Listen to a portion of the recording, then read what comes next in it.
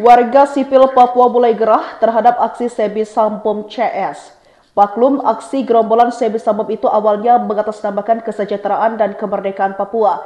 Namun perlahan aksi yang terjadi belakangan ini membuat warga sadar jika kelompok tersebut hanya menebar ketakutan.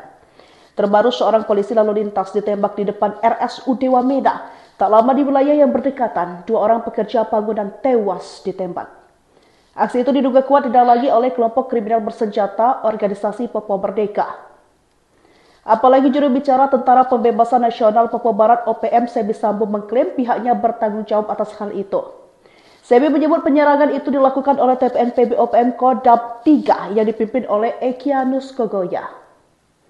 Sebi mengklaim jika kedua pekerja bangunan itu merupakan intel militer Indonesia. Markas TPNPB OPM menegaskan wilayah konflik kontra TNI Polri tidak boleh dijadikan sebagai area kegiatan sipil.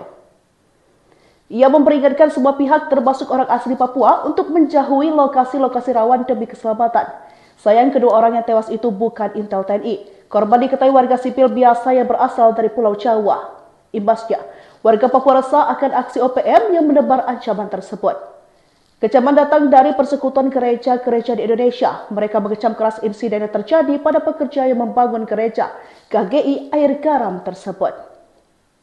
Sekretaris Umum PGI Pendeta Darwin Darmawan menyebutkan tindakan tersebut sebagai pelanggaran berat terhadap hak asasi manusia yang harus disikapi dengan tegas dan serius oleh semua pihak.